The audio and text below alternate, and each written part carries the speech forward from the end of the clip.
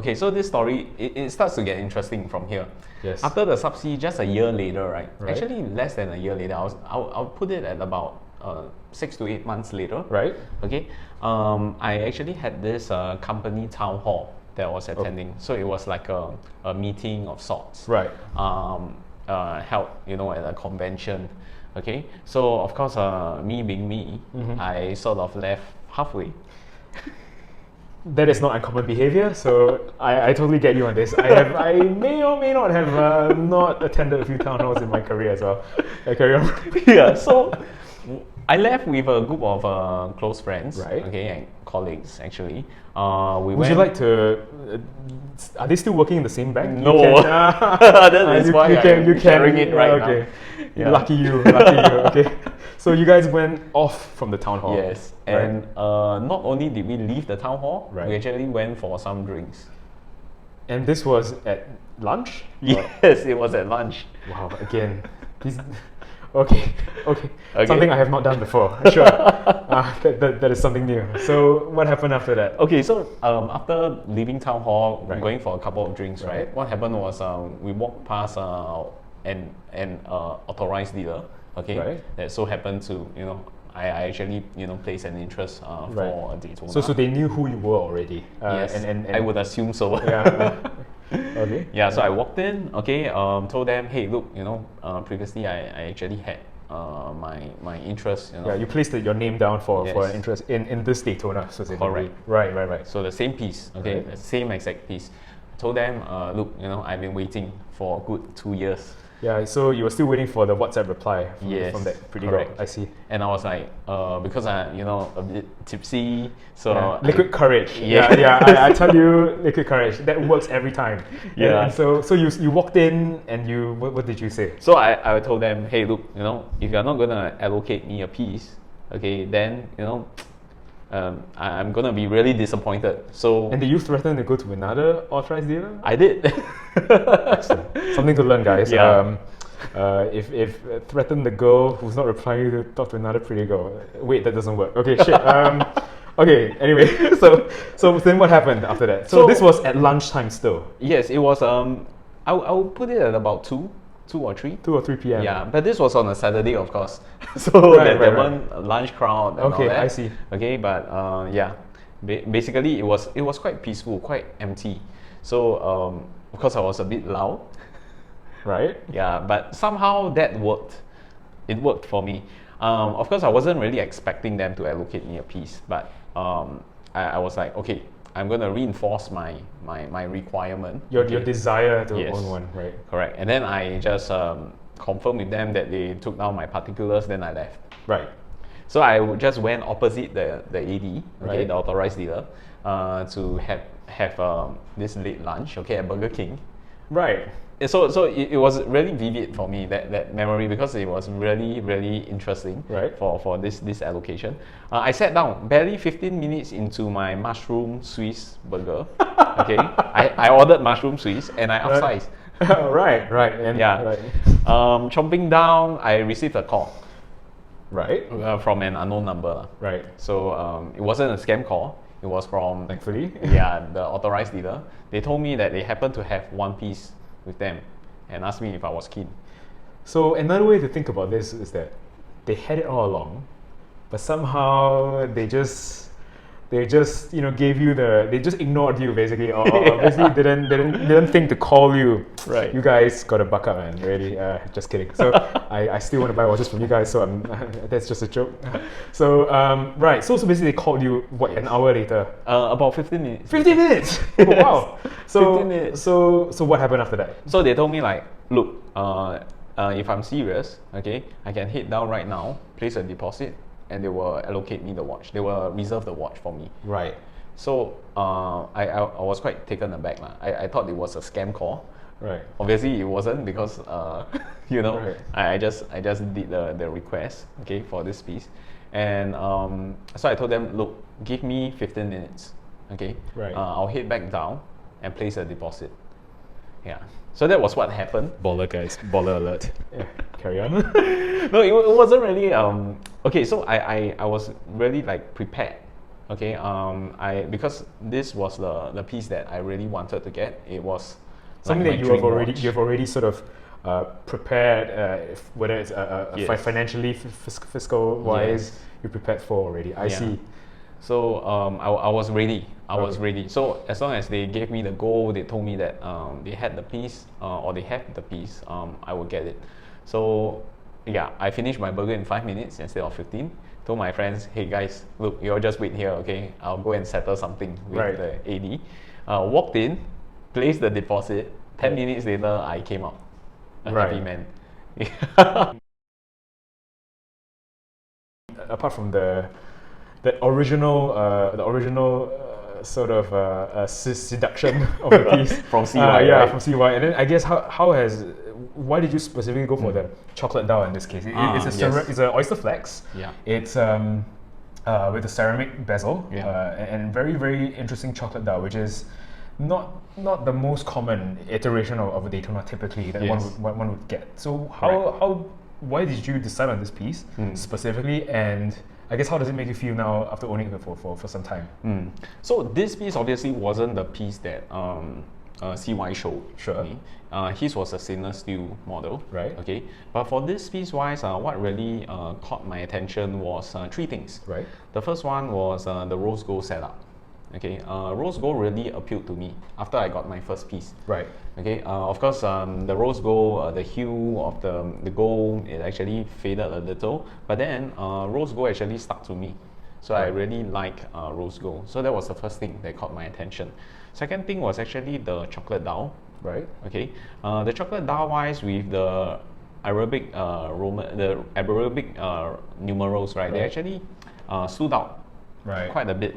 So it's quite different from the standard Daytona where you see, markers. Yeah. Right. So you can tell from here 1 to 12. Right. Yeah, and it's very different. I would Exactly. say.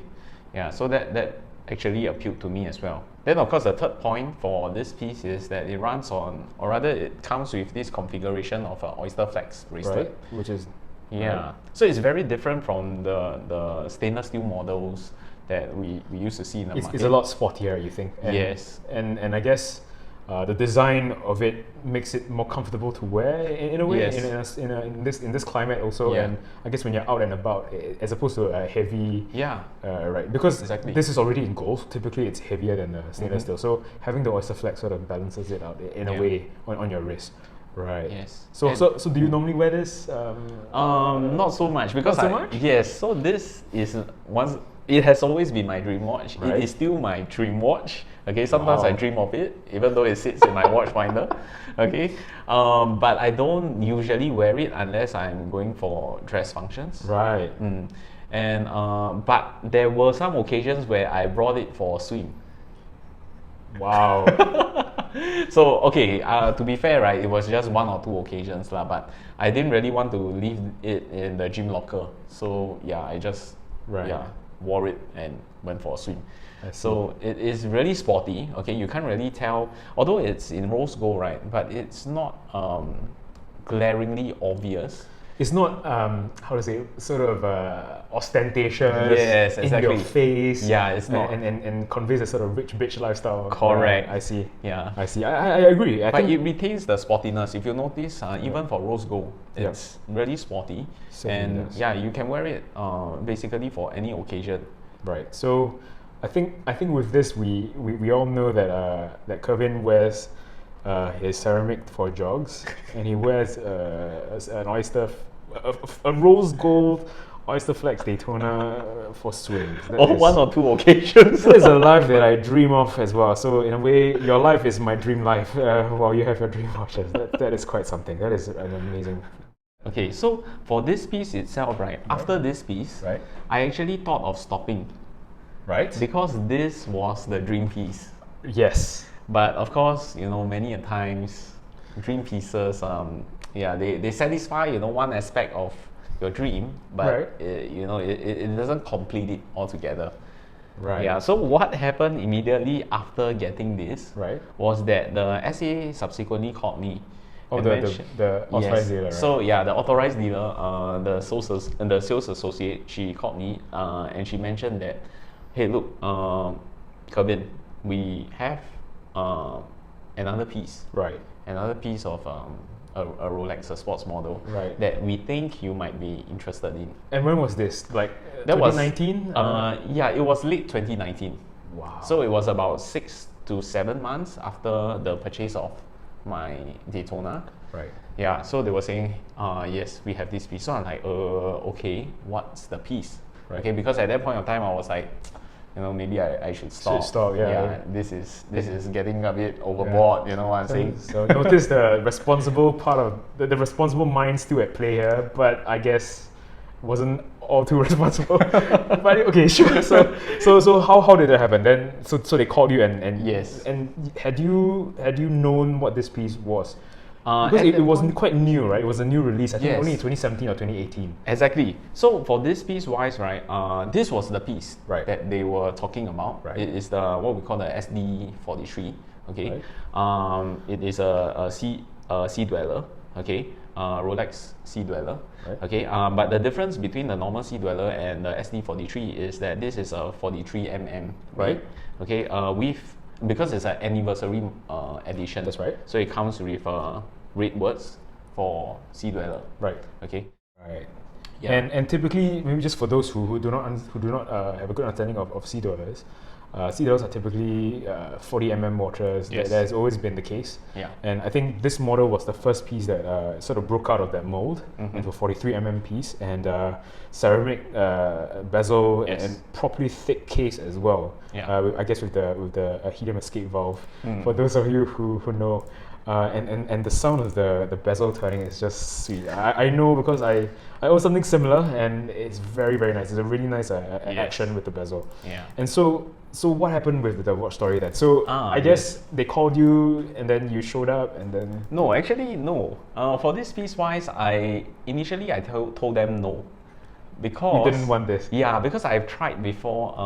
I have actually put on a seadweller before, but not Right. this anniversary edition. Right. Okay. It really felt chunky on me. Right. And I have this thing against chunky watches because Right. my wrist ain't exactly, It's big. not- yeah. Yeah. So it doesn't hold chunky watches very well. Right. So I told them no. But the thing was, the salesperson was quite insistent that I try it. Yeah. So I was like, okay, why So- not, right? So they went from the girl who didn't reply your messages and then suddenly insisting that you come and buy something. That's interesting. Right. So I see. So what made you get this then? Okay, so for myself wise, I was actually looking at another piece. When I came down to see this piece, right, there happened to be another piece of this two-door GMT as well. Right. At that point of time, for me wise, I was thinking, hey, look, I already have Seaman watches, okay? Right. I have a Submariner. Right, I diving have watches. a diving watch. Then I have a Daytona. All sports watches, Yes. 2 of which are already divers. Yeah. So I thought maybe if I want to get a watch, right, it should be, Something a else. GMT. Right, yes. Yeah. So I told them, maybe if you have a GMT, a Pepsi, maybe I will be keen. Okay. So what they told me was that, hey, look, if you really want a GMT, they had this two-door GMT instead of a Rolex. Right. So I tried on. They had the GMT with them.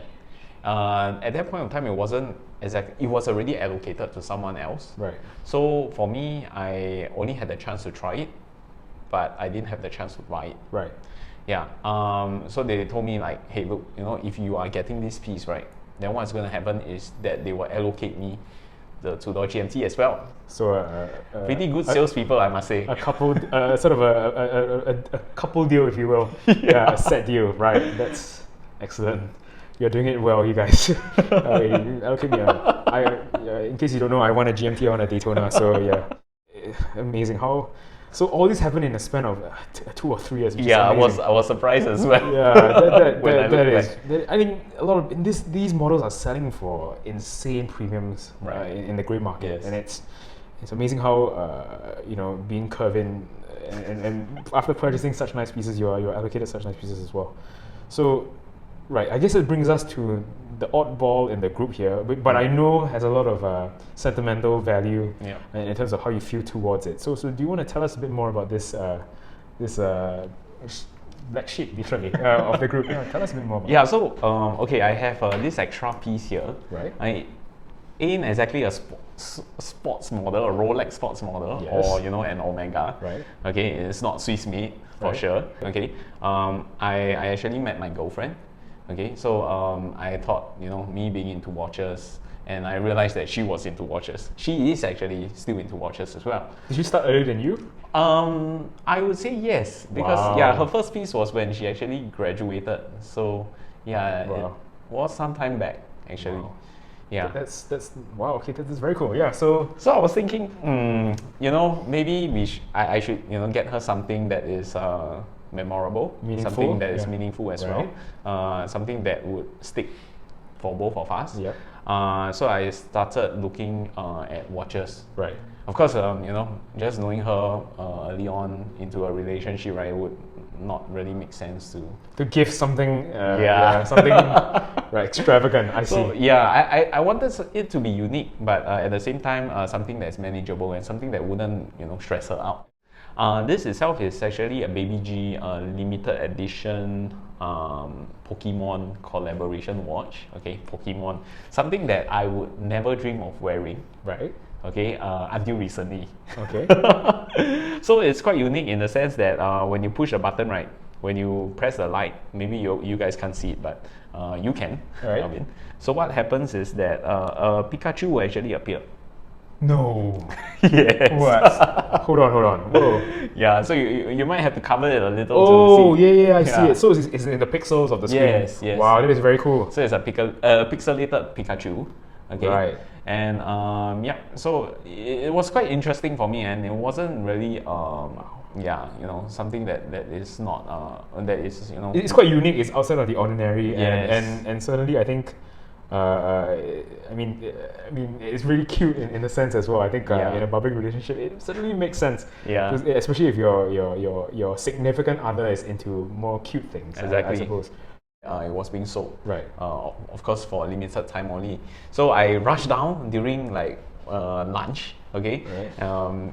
And I immediately, made a purchase for 2 of these pieces without really thinking. Right. Okay. Yeah. Of course, subsequently I was like, okay, maybe it's still too early to give her a watch, because at that point in time we were only 2 months into the relationship. Right. So I held back for quite a while, and only actually gave it to her recently. Okay. Yeah. But for me wise, it's not really a dream watch, but more of a watch that holds real significance to me, because it marks a milestone in my relationship. Yeah. And what was that milestone? Oh, the milestone is basically like a 1-year thing. I see. Wow, that's very, very cool. I see. So do you wear this watch? Yes, I do. So I replaced my when I go for runs, right? Now this is the watch that I wear. You sport, and does she make you wear this as a couple items? Oh no, she doesn't force me, but on and off when she wears it, right, I'll wear it as well. Right. And we do runs and exercise together. Right. So this is like the go-to piece when we do. That is so cool. Yeah. Wow. Kervin, thank you so much for sharing with us all these pieces. I think all these pieces here have great stories, which is what we've been trying to basically achieve here. Inviting very interesting people, very interesting profiles, and then the stories of literally how these pieces came about, how you acquired them, and obviously what it means to you after acquiring them, and how it feels wearing them for a certain amount of time. Yeah. And so thank you, Kervin, for very kindly appearing on video. I think we owe you a great debt of gratitude, and sharing such an amazing collection with us, and taking your time out of a Sunday to appear. And so thank you, my friend. Thank you so much. Problem. I really Thanks appreciate for inviting me. Yeah, and CY also is very appreciative, who shall not be named. So thank you guys. We are Watch Jelly, and stay tuned for our next guest. If you are new to the channel, please pound that subscribe button and the bell notification, and also feel free to follow us on Instagram, watch@watch.jelly. Thank you, and keep watching Jelly. Cheers. Thanks for guys. Bye.